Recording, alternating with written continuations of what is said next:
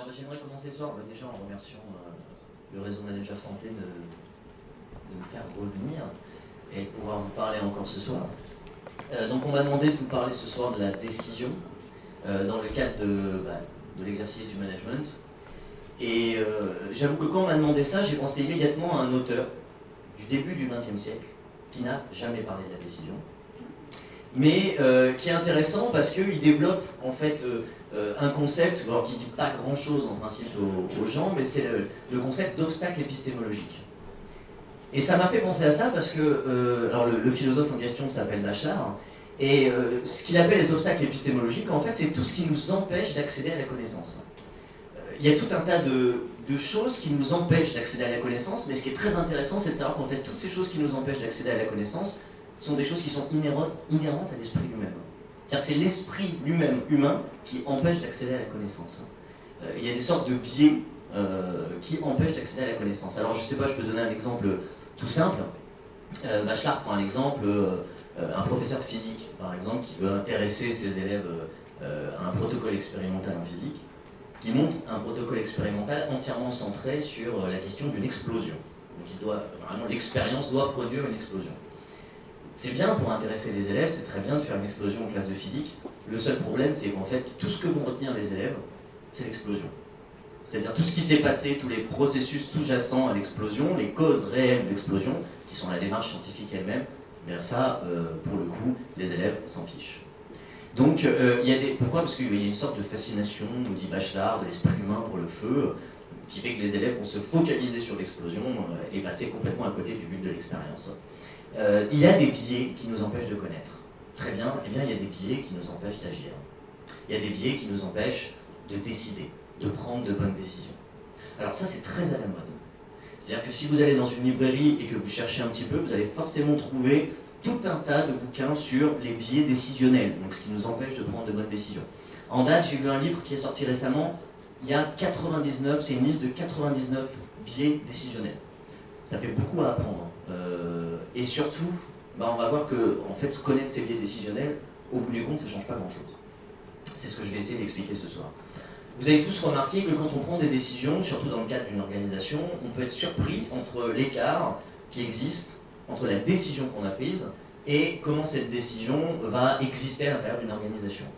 Des fois, il y a un gros décalage entre ce que je décide en tant qu'acteur et puis le résultat final qui des fois a des milliards de kilomètres de ce que je voulais décider moi en tant qu'acteur.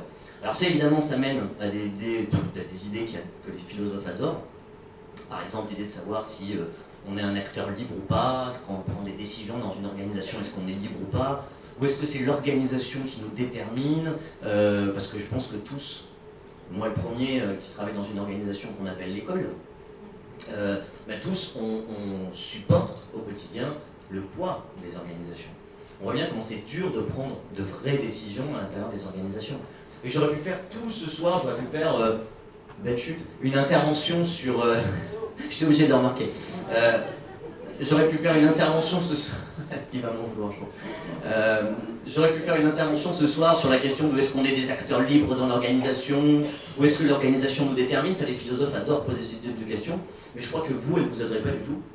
Surtout si je finissais par conclure ce soir que vous ne pouvez rien contre les organisations, autant arrêter tout de suite et ça ira. C'est pas ce qui m'intéresse. C'est pas ce qui m'intéresse parce qu'en plus de ça, c'est vraiment le truc sur lequel j'aimerais beaucoup insister ce soir, c'est que derrière ça il y a une fausse idée.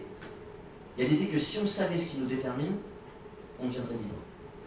Si on connaissait les biais décisionnels, si vous avalez la liste des 99 biais décisionnels, soudainement vous seriez libre, vous les commettriez plus.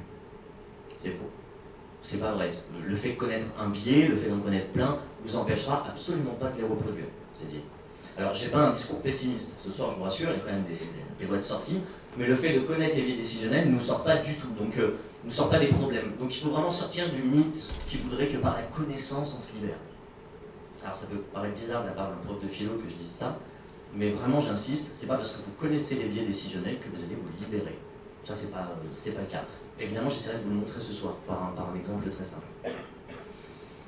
Et puis surtout il y a un dernier point, c'est que même si j'apprenais une liste de biais infinis concernant la décision en disant je ne vais plus les faire, ces erreurs, etc. Le problème c'est que c'est une erreur parce que Dans un certain contexte, un biais peut être un biais, et dans un autre contexte, un biais n'est pas un biais. C'est-à-dire un obstacle à la décision, il peut être un obstacle à la décision dans un certain contexte, et ne plus du tout être un obstacle à la décision dans un autre contexte. Donc, moralité, c'est pas simple. C'est vraiment pas simple. Et c'est ce que je vais essayer d'expliquer ce soir. Alors je vous rassure, j'essaierai d'employer à vous fournir quand même des pistes de réflexion, qui en fait, pour être tout à fait honnête, ne sont pas vraiment les miennes, mais sont des pistes que j'ai pu trouver chez des sociologues des organisations, ou même chez quelqu'un que j'aime beaucoup et dont je vous conseille beaucoup la lecture, c'est Christian Morel. Christian Morel a écrit 2 livres qui s'appellent Les décisions absurdes, dont je vais essayer de beaucoup parler ce soir, et je crois que c'est vraiment riche d'enseignement. Et avant d'être un sociologue, c'est un chef d'entreprise. Du coup, il a vraiment un discours qui est très utile pour les praticiens. Alors, pour commencer ce soir, j'aimerais parler d'un philosophe qui s'appelle Descartes. Je me suis dit que c'était la meilleure manière de commencer. Quand on veut parler de décision, il faut parler de Descartes. Pourquoi? Parce que Descartes, c'est un philosophe. C'est aussi lui qui vous a traumatisé avec l'invention du plan orthonormé, pour ceux qui ont fait des classes scientifiques. Et Descartes, donc, c'est un philosophe, et c'est quelqu'un qui donc s'intéresse normalement en tant que philosophe à la vérité. Il cherche la vérité. Et il dit, voilà, ça c'est très bien, je peux m'asseoir à côté de mon poêle, quand il fait froid dehors, réfléchir, chercher la vérité, c'est super, c'est ce qu'adorent faire les philosophes. C'est très bien, mais le problème c'est que, alors, quand je suis dans la théorie, il y a tout un tas de choses qui valent. Par exemple, si je cherche la vérité, il faut que j'apprenne à prendre mon temps, il ne faut pas que je me dépêche. Si vous vous dépêchez quand vous cherchez la vérité, ben vous allez commettre des erreurs, c'est là que vous faites des arguments fallacieux, vous sautez des étapes, etc. Donc Descartes dit, voilà, quand je cherche la vérité, il faut que je prenne mon temps, et il ne faut pas que je me dépêche. Sauf que Descartes dit, oui, je suis un philosophe, mais j'ai une vie aussi. Et dans la vie, ça ne se passe pas du tout pareil. Dans la vie, je ne peux pas prendre toujours mon temps. Dans la vie, tout ce qui vaut dans la théorie ne vaut absolument pas dans la pratique, en fait. Tout ce qui vaut dans la vie ne vaut pas non plus dans la théorie nécessairement. Et ça, si j'insiste beaucoup là-dessus, c'est parce qu'en fait, Descartes, 4 siècles en arrière, il nous a mis en garde contre une dérive, et je crois que c'est exactement la dérive dans laquelle on est tombé. C'est ce que je vais essayer de vous expliquer maintenant, mais Descartes nous dit, voilà, dans la pratique, comment je fais? Dans la vie, comment je fais? Dans la vie, c'est pas pareil, parce que dans la vie, il y a de l'indétermination, tout le temps. Dans la vie, je dois faire avec l'indétermination. Je ne peux pas tout savoir quand j'agis. J'agis dans un contexte dans lequel il y a des choses qui changent tout le temps. Donc je ne peux pas avoir des règles de vie qui vaudraient à chaque instant. Parce que tout change tout le temps. Et l'indétermination, nous dit Descartes, on ne peut pas l'éviter. Il y a des gens qui ne supportent pas cette idée, mais on ne peut pas éviter que dans la sphère de l'action, il y a de l'indétermination. On ne peut pas connaître tous les facteurs. Et ces facteurs, pourtant, peuvent avoir un poids décisif sur nos prises de décision. Mais on ne peut pas les connaître. Alors vous allez voir pourquoi j'insiste beaucoup là-dessus. Donc on ne peut pas connaître tous les facteurs. Et en plus de ça, dans la vie, on doit se dépêcher. Dans la vie, on ne peut pas prendre son temps. Dans la vie, il y a des urgences. Donc, c'est tout l'inverse de la connaissance. Dans la connaissance, il faut prendre son temps. Dans la pratique, dans la vie, des fois, vous devez prendre des décisions qui sont très urgentes. Alors Descartes, il imagine une sorte d'expérience que vous pouvez tous faire. Il imagine Descartes, d'où le slide qui est au-dessus de ma tête, il imagine si vous étiez perdu dans la forêt. Donc imaginez que vous êtes perdu dans la forêt, et Descartes dit, vous n'avez aucune idée de l'endroit où vous devez vous rendre, pour sortir de la forêt. Donc vous allez délibérer, c'est l'étape qui précède la décision, vous allez délibérer, vous allez chercher pendant un moment, bon alors qu'est-ce que je vais faire, etc., et puis vous allez prendre une décision. Et Descartes dit, à partir du moment où vous allez prendre une décision, il faut vous y tenir. L'erreur que vous devriez éviter, ça serait de prendre une décision, et puis 10 minutes après, changer de décision. Si vous changez tout le temps de décision, le résultat, c'est que vous ne sortirez jamais de la forêt. Si vous voulez avoir une chance de sortir de la forêt, il faut prendre une décision et s'y tenir. Et là, vous aurez peut-être une chance de sortir de la forêt, si la forêt n'est pas infinie. Donc, moi j'ai été fasciné quand j'ai lu ça. Je me suis dit, c'est une super idée. En effet, il faut de la résolution. Et surtout, Descartes, il nous dit quelque chose d'hyper intéressant. Il nous dit, comprenez bien que les décisions qu'on prend dans la vie ne sont jamais certaines. Et il faut vivre avec ça. il faut vivre avec l'idée que vous pouvez attendre tant que vous voulez, vous ne disposerez jamais de certitude dans le champ d'action. C'est pas vrai que pour des grandes questions sur l'amour, sur etc., c'est aussi vrai quand on prend des décisions en tant que manager. On doit accepter, il y a toujours de l'indétermination, ce n'est jamais que probable. Descartes, il nous a dit ça. Et on ne l'a absolument pas pris en compte. Parce que le modèle qui prédomine aujourd'hui, eh bien, c'est l'idée hyper rationnelle qu'on pourrait prendre des décisions sans se tromper. Qu'on pourrait prendre des décisions en connaissance de cause, c'est-à-dire une sorte de modèle synoptique qui nous permettrait de connaître tous les facteurs du contexte et enfin on pourrait prendre une bonne décision. C'est une espèce de rêve comme ça qu'on a, on imagine vraiment que ça existe, la possibilité de prendre une décision en connaissant tous les facteurs qui rentrent en compte. Mais c'est une illusion, parce que ça ne se passe jamais comme ça dans la pratique. Et surtout, on va au-devant de gros problèmes si on fait ça. Mais c'est un symptôme de notre époque. Aujourd'hui, on a même une branche en mathématiques qui s'appelle le calcul de décision, et dont le but, c'est justement de prendre un problème décisionnel, de le réduire en sous-problèmes paramétrables, et à partir de là, eh bien, d'optimiser la meilleure décision possible. Vous avez derrière moi, au-dessus de moi, vous avez Herbert Simon, qui est un prix Nobel d'économie, qui était un sociologue. Il appelait ça la rationalité substantielle. La rationalité substantielle, c'est cette espèce d'idée qui voudrait qu'on peut venir à bout de n'importe quel problème décisionnel. En fait, on peut venir à bout de l'indétermination. Notre époque, ce qu'elle ne supporte pas, c'est l'indétermination. Et j'ai trouvé un super symptôme de cette idée. J'ai trouvé un super symptôme, j'ai pas cherché bien longtemps, le super symptôme, il est au-dessus de moi. Alors je vous rassure, la photo, c'est moi qui l'ai choisie, mais c'est pas la chose en question.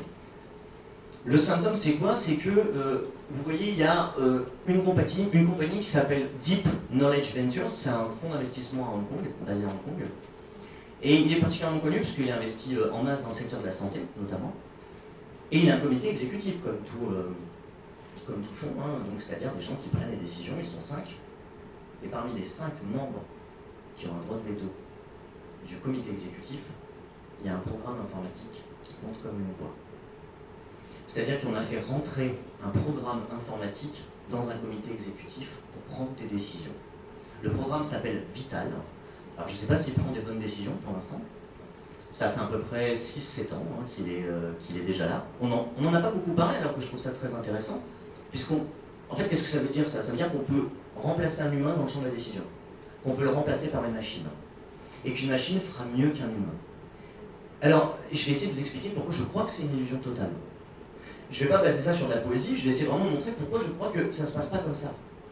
On ne peut pas avoir une approche hyper rationnelle du problème de la décision. Et on ne peut pas le réduire à une approche informatique. Il y a un très bon exemple, je crois, à ça. Il y a un exemple qui illustre parfaitement cette impossibilité. C'est un problème, alors je vais en parler beaucoup ce soir des avions, je suis désolé, mais c'est un problème concernant l'atterrissage des avions. Les avions, ça ne va pas vous rassurer, hein, je vous préviens. Il y a beaucoup de choses qui ne vont pas vous rassurer ce soir. Les avions, quand ils atterrissent, parfois on a un problème, ce qu'on appelle la piste contaminée. La piste contaminée, c'est que tout simplement sur la piste, il peut y avoir de la pluie, de la neige, du gel, du verglas, etc. Plein de revêtements possibles. Et les pilotes, dans le cockpit, ont un petit calcul à faire en fonction des conditions météo pour calculer la distance de freinage d'un avion quand il atterrit. Et il ne faut pas se tromper. Parce qu'il faut savoir un truc, c'est qu'en fait les pistes sont super courtes. Et quasiment toutes les pistes de tous les aéroports ne laissent pas le droit à l'erreur. Quasiment toutes les pistes. Hein. Et du coup, c'est pour ça que l'accident le plus fréquent dans l'aviation, c'est la sortie de piste. Alors, les pilotes sont dans le cockpit, et avant l'atterrissage, ils ont une espèce de petite fiche, ils font un calcul rapidement pour estimer le taux de freinage de l'avion. C'est ce qu'on leur demande de faire. Mais tous les pilotes sont d'accord pour dire que ça ne sert strictement à rien. Pourquoi? Parce que c'est impossible de savoir l'état de la piste. C'est impossible de le connaître, parce que ce qui va recouvrir la piste, c'est pas uniforme déjà. Par endroits, ça va être de la pluie, par endroits, ça va être du gel, et ainsi de suite. En plus de ça, ça change tout le temps. Donc vous ne pouvez pas vous bloquer en disant à tel endroit il y a de la neige, parce que si ça se trouve, entre le temps où vous prenez la décision et le temps où vous atterrissez, ça a changé. Et en plus de ça, en plus du sol, il y a les facteurs vent qu'il faut prendre en compte, ce que je vous ai mis au-dessus de moi. Et le pire ennemi des pilotes, c'est l'effet de cisaillement.